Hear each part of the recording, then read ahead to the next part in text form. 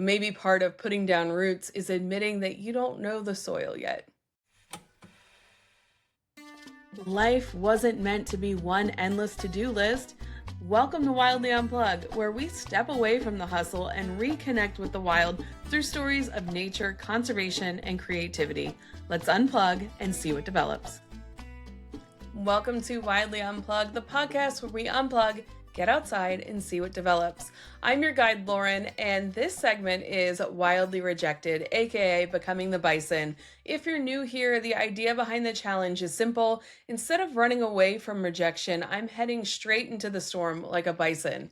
The goal is 1,000 rejections, inspired by Gabby Carr's challenge, because somewhere hidden inside all those no's, hopefully are some yeses, some unexpected opportunities, and lessons that I would have never found otherwise. Last week, I was writing about how this challenge seems to be changing and evolving. And it's not me asking, will you accept my work? Lately, I've been asking, where do I belong? There were a lot of firsts this week. Saturday, I went to my first Key West Writers Guild meeting and met a ton of wonderful people.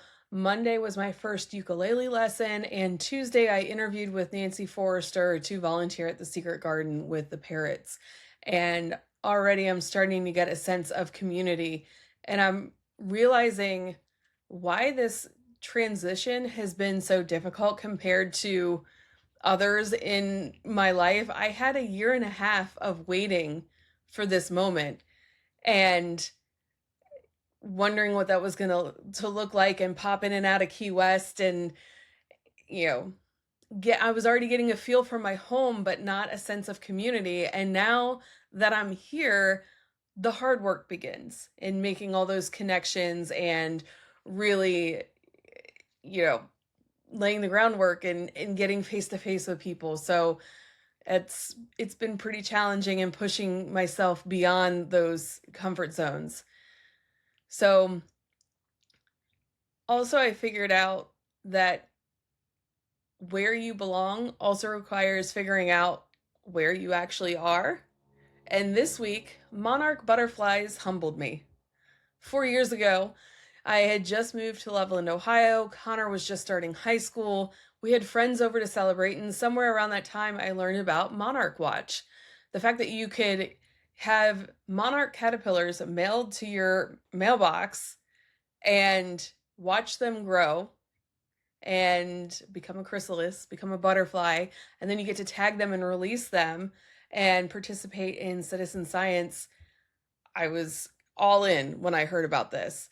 And it ended up being a transformative experience, not just for the caterpillars, but for myself too. So now 4 years later, when I'm living in a new home again, Connor's just starting college, and I'm officially an empty nester, without even really realizing it at first, I was drawn back to the Monarchs because of what they represent, and that's transition. So I ordered some caterpillars and some Monarch Watch tags. Too easy. Except I live in Key West now. While I waited for the caterpillars to arrive, I went looking for milkweed. At one local garden center, I was told they didn't have any, and that monarchs, when I do find milkweed, they probably won't leave this area. And I thought, well, okay, clearly this guy has no idea what he's talking about. These are different monarchs. They're caterpillars being sent in. They're from a different generation where they know to migrate, duh. So we went to Home Depot and we bought milkweed there. Important side note, I am not planting this milkweed. I believe it's swamp milkweed is what I got, and it's whatever the milkweed is, it's invasive to this area. So I am not planting it. It is on my second floor balcony, and it's contained up there and is solely there just to feed the caterpillars. So speaking of caterpillars, we brought the plants home, and I discovered a giant caterpillar already, and then another, and another. And before I knew it, I had about 20 monarch caterpillars, and approximately 30 more were going to be coming in the mail. That night, I literally had a nightmare that caterpillars were everywhere in my house, and I had to watch where I was stepping because I didn't want to step on one, and I couldn't contain them, and I couldn't find enough food for them on this entire island. So I woke up from that nightmare obviously thinking about monarchs. And for some reason, out of nowhere, my half awake brain was like, wait a second, do monarchs even fly across the Gulf? Nope. And there it was, my first major duh moment living on the island. I had spent 4 years thinking about monarchs through the lens of living in Ohio. And while these monarchs that I knew made an incredible migration south, it's just not over water. And Toto, I am not in Ohio anymore. I am on an island. And the only way they have to get off this island is over the Gulf, over to Mexico. So I contacted Monarch Watch immediately and asked if I could cancel my caterpillar order and just let them keep the money as a donation. I love everything that they stand for, and I wanted it either to go back into, whatever they need the money allocated for, maybe for a classroom or something like that. So she emailed me back and said, yes, it's so nice of you that you're going to donate. We'll put the tag money towards a donation. And you're right, your caterpillars will probably stay in Key West, meaning she was going to use the money for the tags, which I think was about $20, as a donation. And then the rest of the order, she was still going to send me the caterpillars. And I was like, no, cancel the caterpillar order immediately. I'm like, they are literally going to eat me out of house and home. Thankfully, I was able to catch her in time, and she did not send out those caterpillars. It was like a day or two away from being sent out. So, lesson learned the hard way, and I am totally counting this as a rejection. Except this time, I'm the one who's rejecting my own plan. And honestly, I think that belongs in the challenge, because the whole point is to collect 1,000 rejections. It's never really about collecting the word no. It became more about willing to try new things, make mistakes, hear information that I necessarily don't, want to hear, and learn how to change direction, change course, and stop treating being wrong like some sort of catastrophic event. So this monarch fiasco reminded me that while I may live in Florida and I did spend a long time studying species from Florida, I still don't know this ecosystem yet. And I have a lot of wildlife and seasonal rhythms of this place that I have not yet lived in before. Island life is different. South Florida is different. And the Keys especially are very, very different. So I have a whole new wilderness to learn and explore. So I've made a new commitment to myself. Once a week, I'm going to, at least, I don't want to put any more things on my to-do list, but I do want to get out and nature journal at the gardens. They're really good with signs and having nice places to sit and observe. And, I want this to be a slowly learn and just take in the environment, what's blooming, what's migrating, what stays, what disappears, what changes with the seasons, even if the seasons don't look like what I'm used to back in Ohio. Maybe part of putting down roots is admitting that you don't know the soil yet. The actual rejection news this week was just like one rejection that I got back. And this one was also a really long wait time, another one that I had submitted as one of my first possible asks. It was from the NYFA 2026 Anonymous Was a Woman Environmental Art Grant, and another 5-month pocket of possibility is now officially closing. I know that I have to go back and look at some of these grant proposals because they had some really good ideas in them. And I still want to do those ideas, just maybe not in the capacity that I had originally planned with the grant backing it. Then on August 21st, I made another ask that felt much more connected to the direction that I'm headed in. I submitted one of my sea turtle photographs to the Sea Turtle Preservation Society 2027 calendar contest. If you want to view that picture, that's going to be in the Substack. The podcast cover is a picture of a monarch with a tag on it. That's from Loveland 4 years ago. That was a picture that I took. But the photograph of the sea turtle, that was taken in St. Croix in 2023, and I was snorkeling with Connor. We had been super disappointed that we couldn't dive that trip.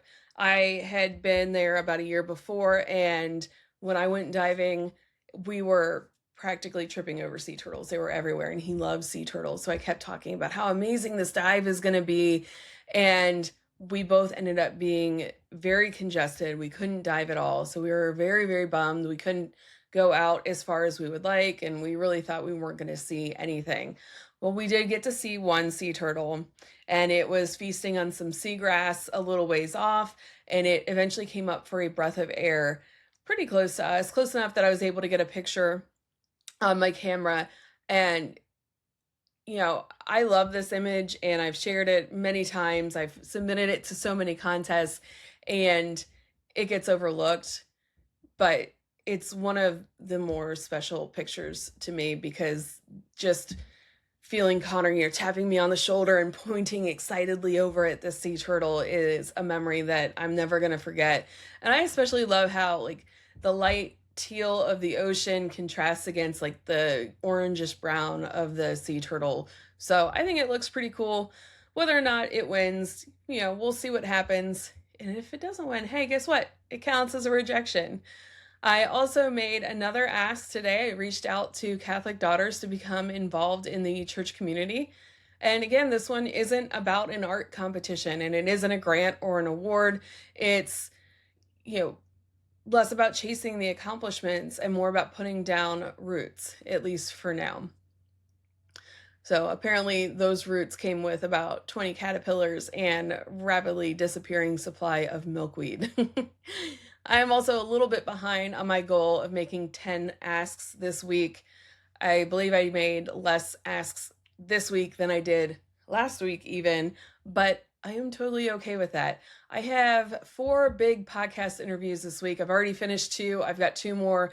I finished editing my first one on Monday. Monday was, it was a huge interview, and I'm very excited to share that one, but I'm learning a whole new program on Riverside, which is where I'm recording right now. So I'm adjusting to a new home, new routine, and completely new different season of life, and all these fun new toys that I'm playing with. So it's a lot of adjustment all at once, and I'm really realizing that it's okay to go at your own pace as long as you're still moving forward. The goal is still 1,000. I don't want the challenge to turn into another hustle culture checklist. Forward is still forward. And maybe this week really isn't about rejection at all. It's learning how to become a beginner again, a beginner at learning ukulele, at being a Monarch mom, at being a naturalist in a new environment. 4 years ago, when the Monarchs showed up during a transition in my life and Connor was beginning high school, now he begins college, and I'm beginning my own new chapter. Only this time, the Monarchs are reminding me that I don't have everything figured out. There are new species to learn, new rhythms to notice, new people to meet, new communities to join, and apparently some very, very hungry caterpillars to feed. So here are the stats so far for the 1,000 rejection challenge. Total asks 170. I'm quick math. I'm about 30 behind. And you know what? That's okay.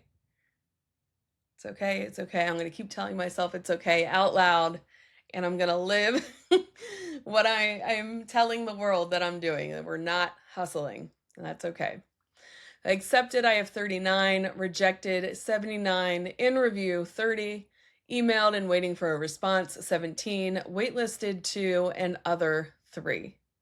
Until next time, unplug, get outside, and see what develops. Wildly Unplugged podcast is a production of Wild Development Studio. The views, opinions, and statements expressed by individuals during Wild Development Studio's productions do not necessarily reflect the views or opinions of Wild Development Studio or its affiliates. Participation in any activities, expeditions, or adventures discussed or promoted during our content may involve inherent risks. It is strongly advised that individuals conduct thorough research, seek professional guidance, and take all necessary precautions before engaging in such activities or venturing into wilderness areas. Wild Development Studio, its representatives, or employees shall not be held responsible for any injury, loss, damage, accident, or unforeseen incident that may occur as a result of participating in activities inspired by or discussed in our content. By choosing to engage with our content or act upon any information provided, individuals do so at their own risk and discretion.